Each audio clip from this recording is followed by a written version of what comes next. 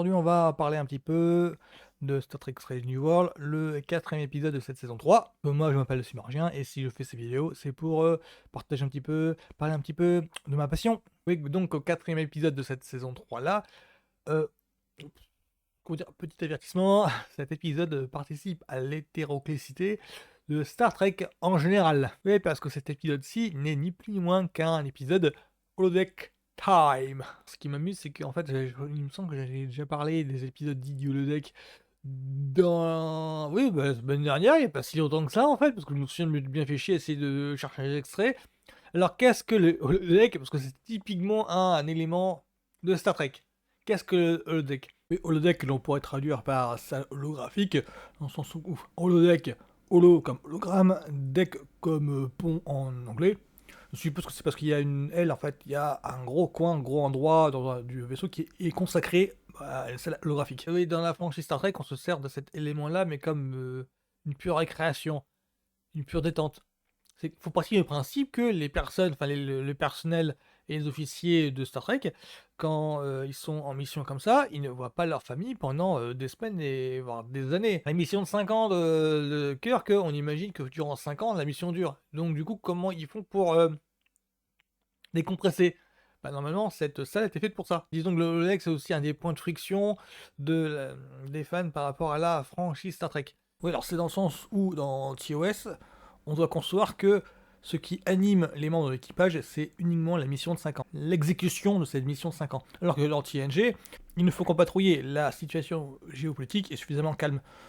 Donc pour décompresser, il y a un bar tenu par Guinan et cette holodeck, cette salle holographique. Et donc l'ambiance au niveau géopolitique est nettement plus calme dans TNG que dans TOS. Oui, mais je m'arrête là pour ce qui concerne les différences entre TNG et TOS. C'est pas le sujet. Le sujet, c'est le holodeck. TNG, il convient de rappeler que le holodeck, ça donnait lieu à des épisodes entiers qui se déroulent au sein du holodeck.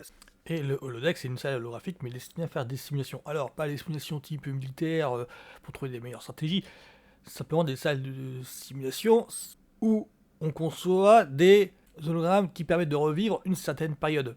Ça donne lieu à des épisodes où, pour se changer les idées, les officiers décident de bon, aujourd'hui, on va faire une simulation, une enquête policière à la Sherlock Holmes. Mais c'est une façon pour la série d'assumer le côté, allez, cette fois on change, c'est plus space opéra, c'est plus de la science-fiction, c'est plus l'exploration spatiale. On va faire un épisode de western, on va faire un épisode de policier à la Sherlock Holmes, on va faire un épisode de un petit peu à la Philippe Marlowe, on va faire un épisode un petit peu balade champêtre. Voilà, on va faire un épisode euh, dont la tonalité change radicalement de celui qu'on a l'habitude de voir la plupart du temps. Et oui, quand je dis changement assumé, c'est parce que, alors, dans TNG, ça assumait vraiment de faire un épisode 100%, on change de thématique, de décor, tout, et on change, c'est que, on fait un épisode de western, mais à 100%, on est dans genre, on est dans une ville, il y a un saloon, les personnages s'habillent pas pareil, s'habillent vraiment en cow-boy, c'est changement assumé de tout. Le truc, c'est dans TOS, et il y avait toujours une astuce scénaristique qui permettait de relier le changement de décor, d'atmosphère, d'ambiance avec le fil rouge de l'exploration spatiale. Par exemple, ils débarquaient dans une ville qui ressemblait étrangement au Chicago des années 50. Par exemple, ils étaient victimes d'une hallucination provoquée par les pouvoirs d'un extraterrestre pour expliquer pourquoi ils se retrouvent dans un décor de western. Alors que là, avec le deck, c'est non, c'est purement une simulation, point barre. C'est accepté comme tel. Et cette simulation permet d'assumer jusqu'au bout le fait que, bah oui, ils sont dans un contexte de western. Voilà. Cette semaine, on est dans un décor de polar alors j'aurais dit James Ellroy. Donc ça m'a évoqué ça. Alors je pense que la référence qui est sous-jacente, qui est implicite, je crois que c'est l'affaire du Dalai Noir, il me semble qu'il y a un truc dans ce genre-là. Le Dalai Noir, en deux mots, c'est une affaire un petit peu, ah oui, glauque un petit peu, dans le sens où le corps d'une actrice ou aspirante actrice mannequin est découvert coupé en deux aux environs de Los Angeles, Hollywood, je ne sais plus trop. Et en fait, c'est toujours élucidé, ça nourrit un petit peu les fantasmes de pas mal de monde, parce que bah, ça aurait un lien avec les gangs un petit peu mafieux du coin, du temps où Hollywood ne faisait que s'installer. Ça a inspiré un livre de James Ellroy qui a donné lieu à un film de Brian De Palma. Il y a eu aussi quelques références dans une des saisons de American Horror Story. Oui, j'évoque le Dalai Noir parce que Là, on est dans un contexte de huis clos à la Agatha Christie, en sens où on est dans une fête. Le personnage que l'on suit, le personnage issu de Star Trek que l'on suit là, et fait une enquête pour savoir qui a tué qui. On est vraiment dans un truc à la 10 petits nègres, hein, sans les connaître. Et le fait est que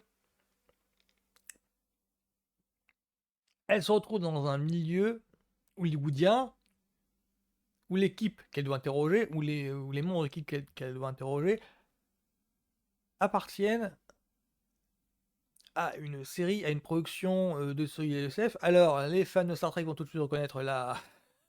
Alors, le personnage que l'on suit, issu de Star Trek, le personnage que l'on suit mène une enquête dans la pure tradition des romans noirs de l'époque. Là, ça a des connotations dits petits nègres, mais c'est dans c'est dans un contexte hollywoodien. L'équipe qui interroge tourne une série de science-fiction. Ce qui donne lieu à. Il y a des moments parodiques de Star Trek. Parce qu'on sent très bien que la note d'intention, c'est de parodier Star Trek, la série classique. Surtout qu'il y a le personnage de Ah non, faut pas que je le dise. On voit Kirk. Là, je sais pas comment les fans vont le prendre. Est-ce qu'ils vont le prendre bien, c'est-à-dire que clin d'œil à Star Trek?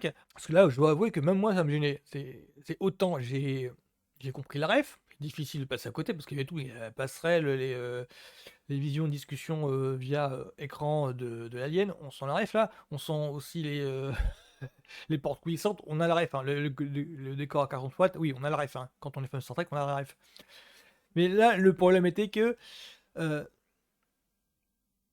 la description de l'auteur, la description autour du créateur frustré.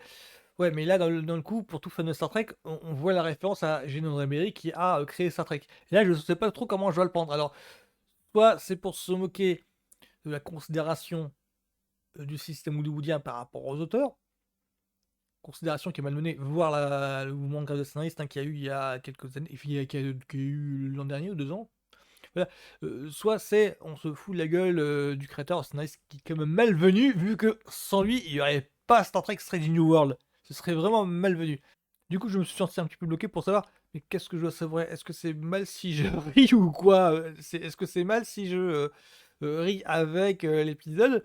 Parce que la distance entre le décor, les personnages, et puis moi en tant que spectateur, moi en tant que fan de Star Trek, c'était pas évident à gérer. Je préfère dire, parce que quand j'ai vu le nom du réel, je préfère dire qu'il y a une tentative de se moquer gentiment en tant que camarade de la franchise Star Trek, et que l'exécution était un petit peu maladroite. Parce qu'il y a plusieurs clins d'œil en fait que euh, oui, on sent l'autodérision de la part du réal. Je dis ça parce que le réalisateur n'est nul autre que Jonathan Frakes.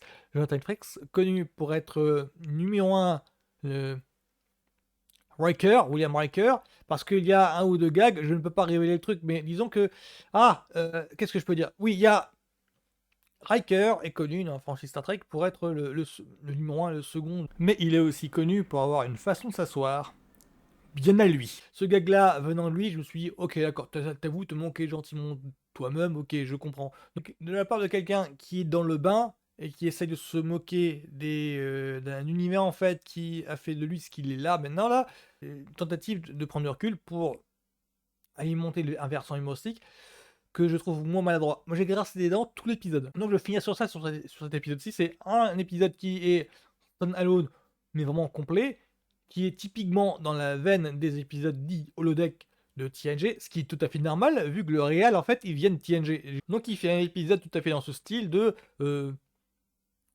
explicitement, a priori, totalement coupé de continuité. Donc voilà, avec cet épisode-ci, moi, je suis un petit peu le cul entre deux chaises, en sens où, alors, en reconnaissant qui a réalisé l'épisode en question, je me dis, ok, épisode dit humoristique, épisode qui prend du recul en fait par rapport à la franchise Star Trek. Mais quand on est fan de Star Trek, enfin, moi je me mets en. Quand je regarde l'épisode du truc, j'assume mon côté fan de Star Trek, essayer de reconnaître les clins d'œil, les références ici et là, ça, totalement j'assume. Mais alors, du coup, euh, les références, je les ai reconnues, je me disais tout le temps, euh, on rit de la franchise ou avec la franchise? On se moque ou on rit avec? C'est ça un petit peu ma question durant tout l'épisode. Il y a un ou deux gags où je me dis, oui, d'accord, c'est flagrant, on rit avec. Ok, donc ça se veut humoristique, on rit avec. Mais la plupart du temps,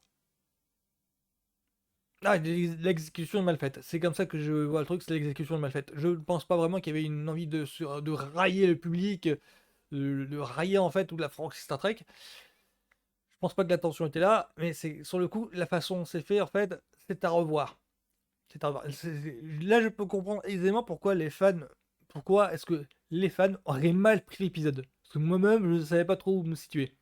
Mais si on était un petit peu piquant, si on n'est pas fan de Star Trek, je pense pas qu'on puisse reconnaître toutes les allusions. Parce que là, je chipote un petit peu sur les références et les clins d'œil explicites. Je ne pense pas qu'on puisse chipoter. Oui, parce que si on n'est pas fan de Star Trek, je comprendrais aisément qu'on puisse apprécier l'épisode comme un épisode parodique, enfin qui se moque ouvertement du Hollywood de l'époque. Parce qu'il y a un discours sur la façon dont on considère les équipes, donc on considère l'auteur. Parce que oui, Gene Roddenberry a eu des problèmes avec le système hollywoodien à l'époque. C'est pas pour rien si la série a duré 3 ans, puis il a fallu attendre 10-15 ans avant de voir un film au Cinoche. Hein. C'est pas pour rien, c'est parce que le mec était mal aimé. Donc si, si on prend dans cette facette-là, de ce point de vue-là, oui, très réussi. Mais en même temps, ils sont dépeints avec une telle. Moi, je les ai vus des personnages un petit peu caricaturales. Je sais pas du tout comment était le Hollywood de l'époque. C'est ça qui me gêne un petit peu. C'est là où je peux pas vraiment dire. Attends, ils étaient aussi caricaturales que ça, les mecs à l'époque, ou c'est juste le réal qui en fait une couche supplémentaire pour se moquer ouvertement d'eux. C'est un petit peu ça mon souci. C'est un petit peu ça mon problème. Sinon, les en question, bien rythmé, mais malaisant. Je vais dire ça comme ça. Je vais dire comme ça. Bien rythmé, ça peut fonctionner quand on n'est pas. Bah, du coup, c'est un épisode qu'on peut mieux apprécier quand on n'est pas fan de Star Trek. Quand on est fan de Star Trek, j'avoue que j'ai un petit peu pris mal, quoi. C'est pour ça que je dis un petit peu malaisant. Donc voilà, c'est tout ce que j'ai à dire sur Star Trek, épisode 4 de la saison 3, cette semaine de Strange New World. Voilà, bisous tout le monde.